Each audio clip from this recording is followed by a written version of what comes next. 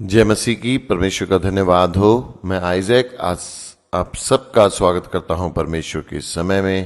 प्रभु का धन्यवाद हो कि हम सब एक हैं इस समय परमेश्वर का वचन सुनने समझने के लिए। आइए हम सर झुका के प्रार्थना करते हैं अपने पिता से। हे पिता परमेश्वर, हम धन्यवाद करते हैं कि हम आपके सिंहासन के समीप हैं। हम विश्वास करते हैं प्रभु इस समय आपका वचन हमारी आत्मा में हमसे बातें करेगा, ताकि परमेश्वर हम आपको जैसे आप हैं वैसे जान सकें, आपकी वचन की अहमियत को समझ सकें, और जैसा आप हमसे जीवन चाहते हैं पिता, हम वैसे जीवन को बढ़ते चले जाएं। प्रभु हम विश्वास में मजबूत हों, ताकि हम तेरे उस अद्भुत कार्य को देख सकें जो आपने हमारे बीच में किए हैं। पिता हम धन्यवाद देते हैं और इस सारी दुआ को प्रभु यीशु मसीह नासरी के नाम से मांगते हैं, आमीन। आइए प्रियो, हम जो वचन देख रहे हैं वो है यशाया की पुस्तक, और यह है 30 अध्याय का 18 वचन का बी पाठ है।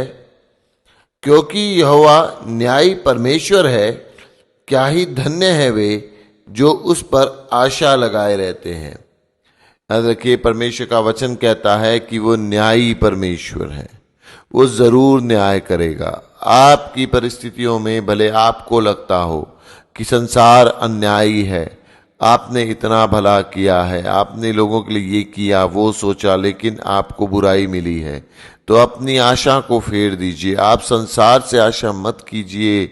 आप संसार से आशा करके कुछ भी नहीं पा पाएंगे, क्योंकि संसार हमेशा धोखा देगा।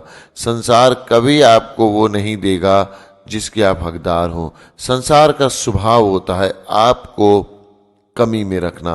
संसार का स्वभाव होता है जो आपका है वो आपसे हटा देना, जो आपको मिलना चाहिए वो आपको नहीं देना। लेकिन परमेश्वर का वचन कहता है कि वो न्यायी परमेश्वर है, वो न्यायी है, वो पूरी तरह हिसाब लगाकर आपको देगा। अगर उसने ठाना है कि वो मसीह में आपको जयवंत करेगा तो वो करेगा। ऐसा हो ही नहीं सकता कि परमेश्वर अब की बात से मुकर जाए। उन्होंने जो कह दिया है, जो सोच लिया है, वो सोच लिया है। और आगे वचन कहता है, क्या ही धन्य है वे जो उस पर आशा लगाए रहते हैं। देखिए, आपको धन्य बनना है, आपको परमेश्वर की ओर आशा लगाना होगा। परमेश्वर का वचन कहता है, क्या ही धन्य है वे जो उस पर आशा लगाए रहते हैं कि वो न्यायी है, वो जरूर मेरा न्याय चुकाएगा। वो ऐसा हो ही नहीं सकता कि मेरी न्याय को वो आधा अधूरा चुका दे, मेरे न्याय को अन्याय में बदल डाले। ये संसार का स्वभाव हो सकता है, ये परमेश्वर का स्वभाव नहीं हो सकता। वो ऐसा करेंगे ही नहीं, ये उनके स्वभाव में नहीं है। आपने कभी सूखा पानी देखा है? नहीं होता ना, वो गीला ही होगा। ये पानी का स्वभाव है, वो गीला होगा। तो ये परमेश्वर का स्वभाव है, वो न्याय ही होगा। इसी न्याय पर के कारण उसने अपने इकलौते बेटे को कुर्बान कर दिया आपके मेरे लिए, कि आपके मेरे पापों का दंड उसे दिया जाए। क्योंकि न्याय का होना लाजमी है, वो होगा ही होगा, उससे बचा नहीं जा सकता।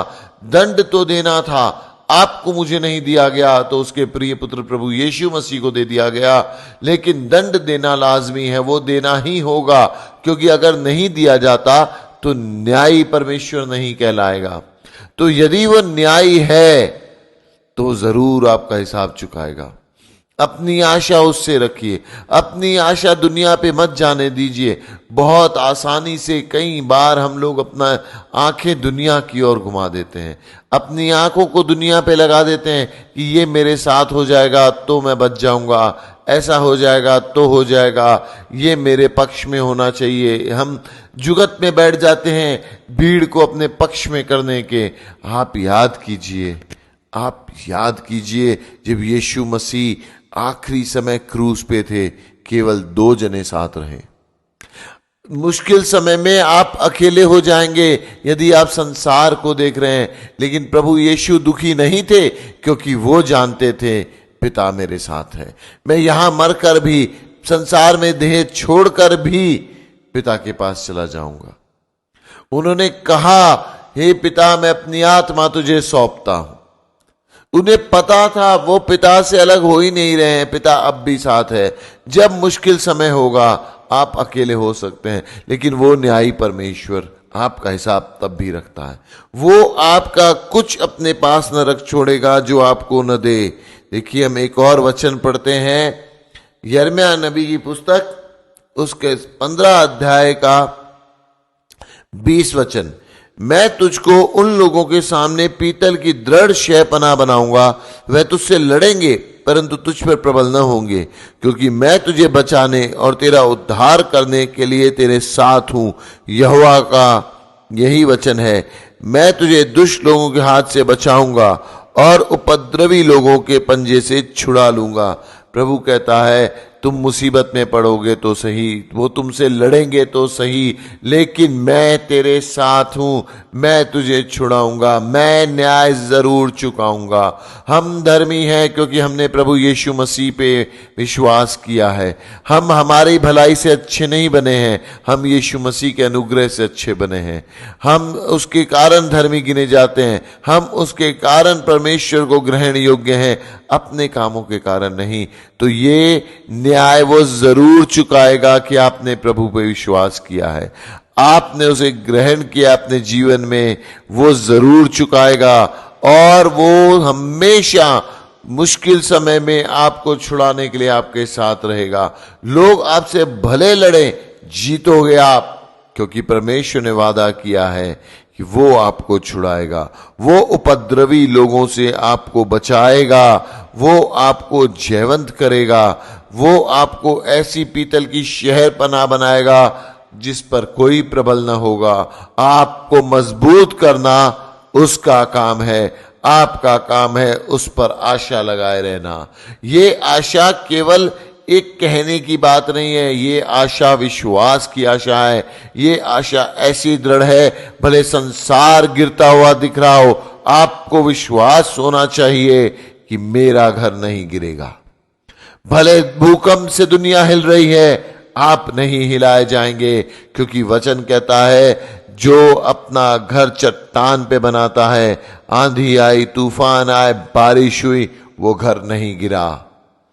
ये चट्टान परमेश्वर का वचन है, ये चट्टान यीशु मसीह है। अपना घर उस पर बनाइए, उस पर आशा रखिए, उस पर भरोसा कीजिए। और प्रियो, आप मुश्किल समय में भी छुटकारा देखेंगे, आप मुश्किल समय में भी आनंद मनाएंगे, आप मुश्किल समय में भी निश्चित रहेंगे, आप विश्राम में रहेंगे। मैं तो यहां कहूं, आप न केवल विश्राम में लेंगे, दूसरों को बचाने का कारण बनेंगे।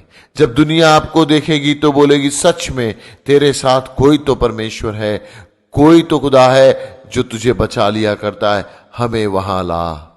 और तब आप अपने मुख से परमेश्वर का वचन उन्हें बोल पाएंगे और स्वर्ग में एक बड़ी भीड़ आपका इंतजार करेगी। हालेलुया।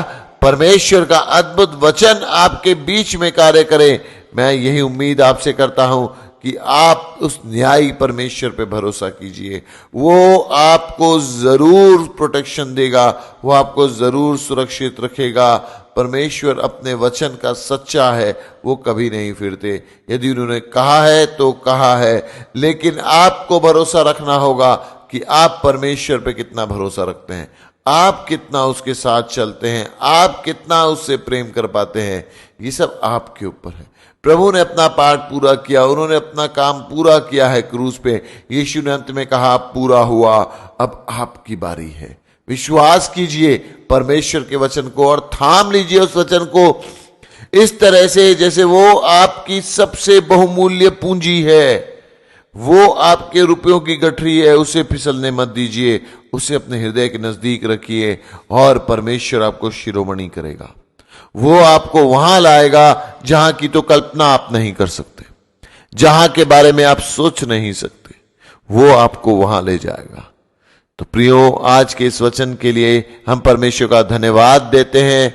आइए हम परमेश्वर से मांगे कि प्रभु हमें इस वचन को समझने की बुद्धि दे, हमारे मनों को खोल प्रभु, ताकि इस वचन को आत्मसात कर सकें और इसी पे मनन चिंतन कर सकें।